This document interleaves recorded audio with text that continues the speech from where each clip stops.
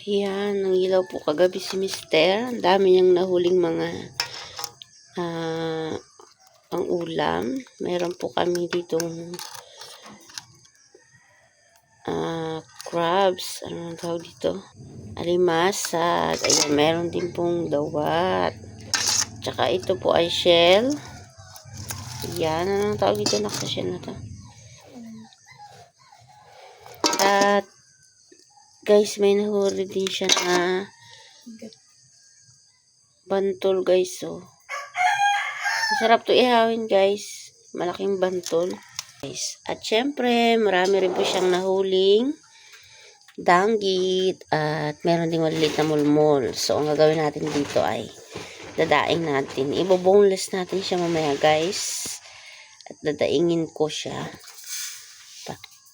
para meron tayong pang-ulam. Yan. So, masagana ang ulam natin for today's video guys. Kasi ay mas pag mangilaw si Mister, pag free siya sa kanyang pagkukonstruction, nangingilaw pa siya. Ayan. So, gagawin natin ngayon ay magdadaing tayo. Ayan. O, diba? Kung masipag ang iyong asawa, libre na ang ulam. At pwede ka pang magbenta. Pero kami guys, hindi na kami magbibenta. Dahil uulamin lang namin yan. Ayan. Diba? Thanks for watching. Yan, for today's video guys, tayo na ay boneless ng danggit. Dadaingin natin siya guys. At para meron tayong pang-ulam. Yan. Yung mga danggit na yan ay huli po ni Mister. Yan, kagabi. Inano niya po yan guys, inilawan. Tapos, ang gamit niyang panghuli ay pana. Yan. First time ko pa lang guys magbo-boneless kasi dati pag nagadaing ako ay tamang biyak lang. Tignan natin kung kakayanin natin guys.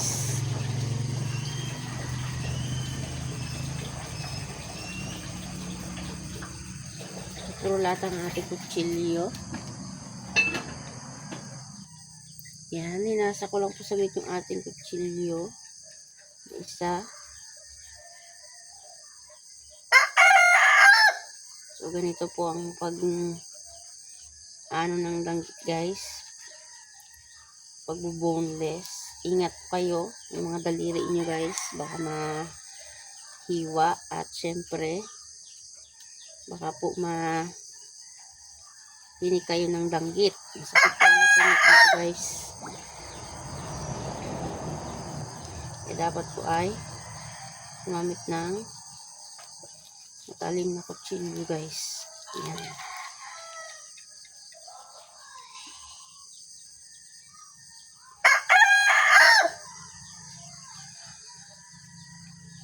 Ayan. Yung mga tinik na to guys ay hindi ko itatapon at kain natin sa aso. Ayan o.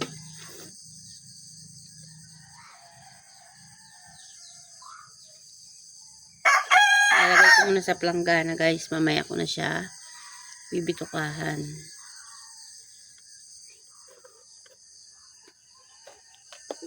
Testing natin kung isang ano.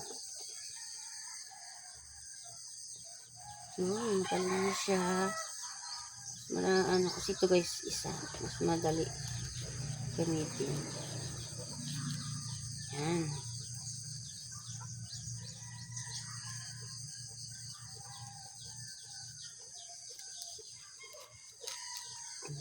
Pag malambot ang kutsilyo, matalim ang kutsilyo nyo guys, easy lang siya. Easy lang siyang biyakin.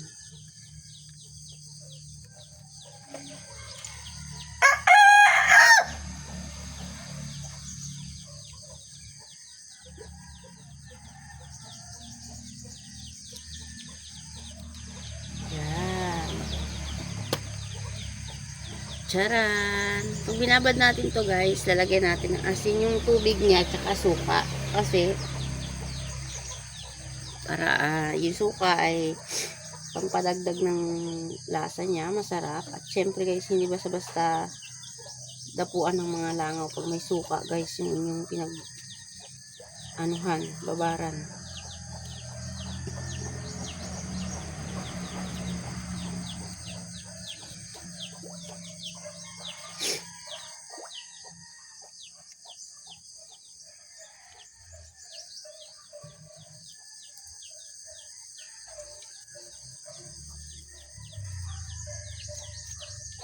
Yung iba dito guys, yung malalaki ay gagawin nating pampirito. Kasi mga anak ko guys, ay mahilig sa pinirito. Ayan.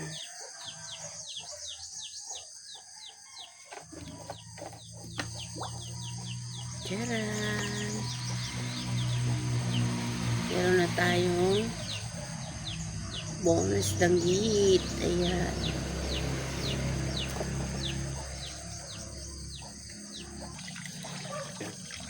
Yan, yung mga ganito po kalalaki ay ating pang-ulam yan guys. Oh, hiniwaan ko lang siya. At lalagay ko dito sa kaserola. Para meron tayong ulam mamaya. At syempre meron tayong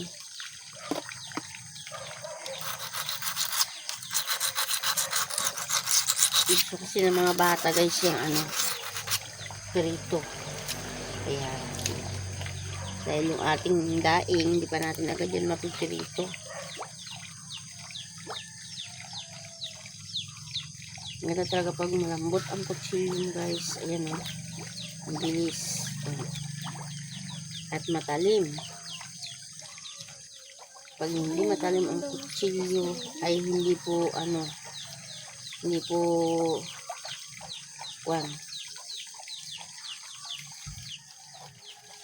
madaling mo ganito, mahirap. Ayan. Ayan guys, ang bilis lang. Tanggalin po natin yung tinik niya. Ayan.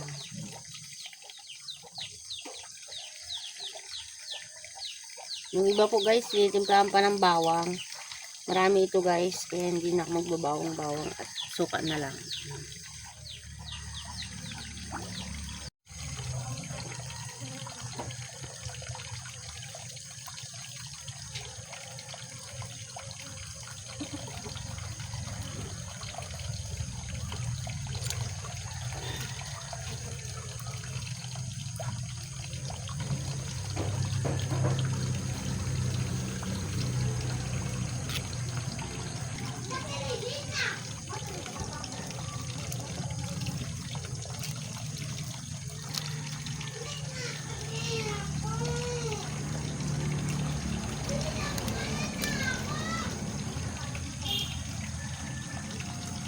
Mahirap dito guys, ayan, marami agad tayo natatawag na langaw at kanina pa tayo, hindi pa tayo tapos. Ayan o, ayan pa yung natitira.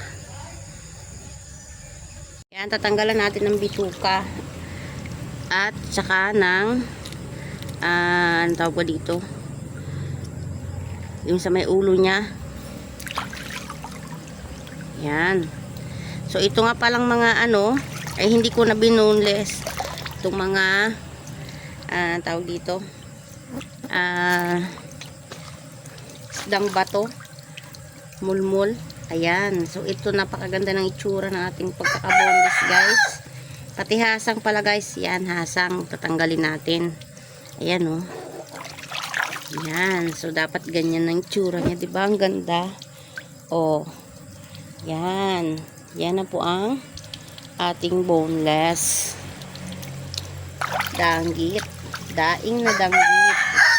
Sa Bisaya ay bulad. Pasensya na kayo guys, maingay yung aking tandang, yung aking parawakan. Halos mahigit 1 oras din ako nagabiyak guys. Ayan, linisin lang natin ng maayos.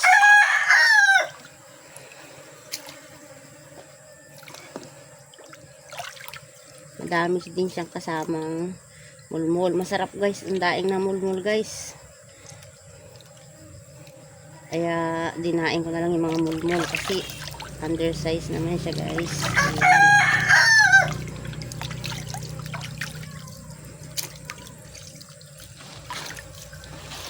Ayan, oh.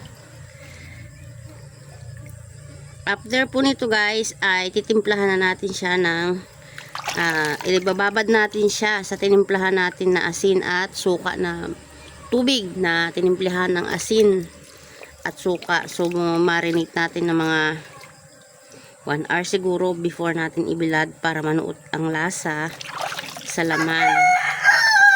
Yan. So, anuhin lang po natin.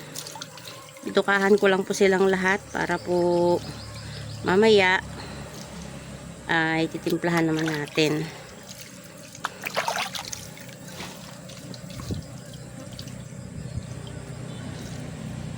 Yan, ngayon naman guys, tapos na tayo magbituka. Babanglawan na natin siya at atin ang titimplahan. Mamarinate natin sa tubig na may asin at suka. Yan.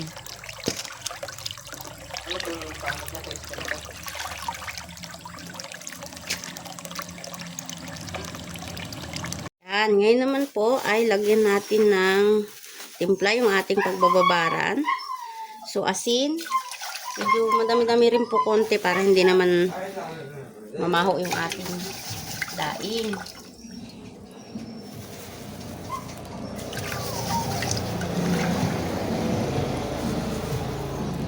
Yan. So, after po ng asin, lagyan naman po natin ng suka. Meron po ako ditong MJ vinegar from Occidental Mindoro pa po ito. Ayan. So, kalahati po nito yung ilalagay natin. At dito po natin mamarinate yung ating daing para masarap yung timpla niya. Mas the best po dito guys kung may bawang kayo at pang sariling nyo lang yung daing. Anuhan nyo po ng bawang. Pitpitan nyo siya ng bawang. Ayan. So, mga kalahati po nito siguro yung ilagay nating suka. Ayan. At ibabad na po natin yung ating mga dinaing. Ayan. Ganda ng ating pagkaka-boneless. So, para lumasa yung ating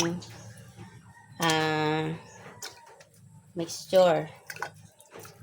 At after po natin ibabad ito, after 1 hour ay ibibilad na po natin siya.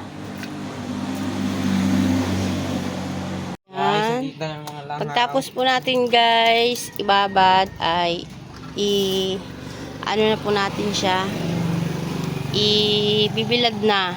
So, kinakamada po nga namin ngayon sa wali kasi wala po kaming guys, wala kaming net. Yan. So, kawali na lang guys. Yan. So, ayan na guys. Tuyo na po ang ating daing na danggit. Ayan. So, ito na po yung pinaghirapan natin na daing. Ayan. So, yummy. Ayan. Boneless na siya guys. Ayan. Pwede na nating i-fried ang ating daing. Thanks for watching.